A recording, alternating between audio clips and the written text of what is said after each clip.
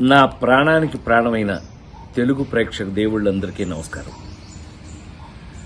మొన్న Robin Hood pre release ఈవెంట్లో అనుకోకుండా డేవిడ్ వార్నర్ మీద నా నోట్లోంచి ఒక మాట దొర్లింది.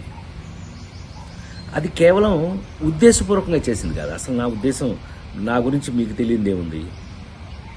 ఆ ఫంక్షన్కి వచ్చే ముందు మేమందరం కలిసి ఉన్నాం.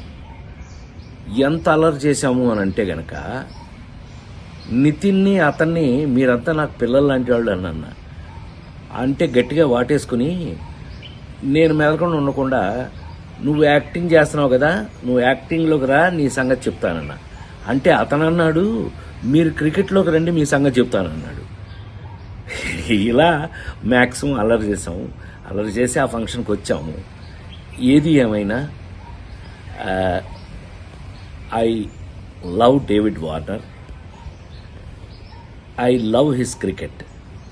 David Warner love our films, love our acting. So మేము నాకు తెలిసి ఒకళ్ళకి ఒకళ్ళం బాగా క్లోజ్ అయిపోయాం.